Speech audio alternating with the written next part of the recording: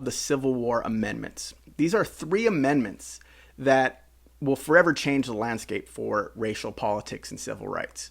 The 13th Amendment is going to abolish slavery in all forms. So every state in the South overnight, as part of being readmitted back into the Union, you had to agree to follow the Constitution, meaning no slavery, no slave trade, no enslavement of human beings could ever legally happen in the United States again.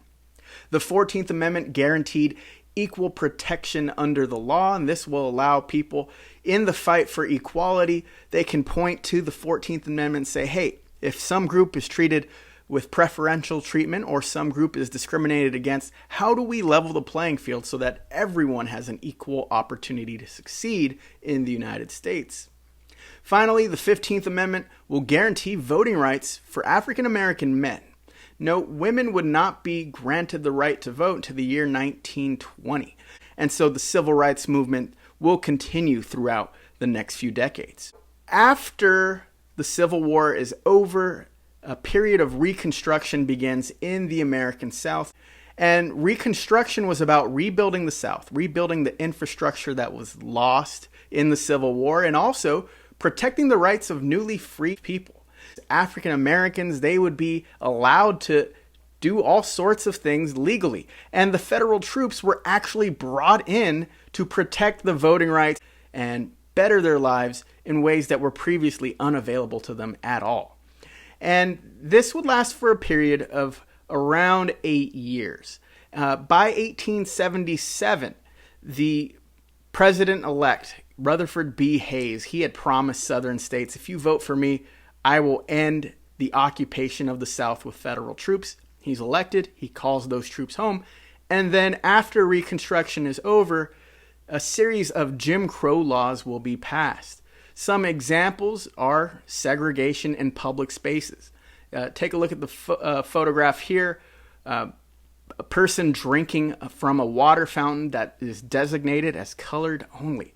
And so even water fountains, restrooms, schools, restaurants, businesses, segregation could be fully legalized in the several states. After Reconstruction, there were a series of laws that were meant to restrict the voting rights of African Americans.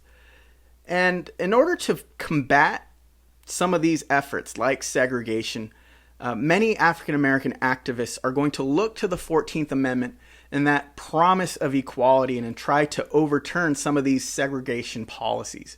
The first case that comes to mind comes from the 1890s. It's Plessy v. Ferguson. And the story of Plessy v. Ferguson is probably not what you would expect. Pictured here, Homer Adolph Plessy. He was in the state of Louisiana. At this time, thanks to the Louisiana Separate Car Act, railroads were allowed to segregate on the basis of race. Plessy takes his ticket, he sits down, and in a coordinated effort, a private investigator who he hired this person to arrest Homer Plessy with the hopes that they could appeal to the Supreme Court and get segregation repealed forever in the United States.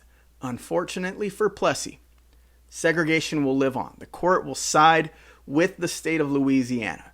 And so even though Homer Plessy, he tried to overturn segregation, his court case will actually solidify segregation as a constitutional practice.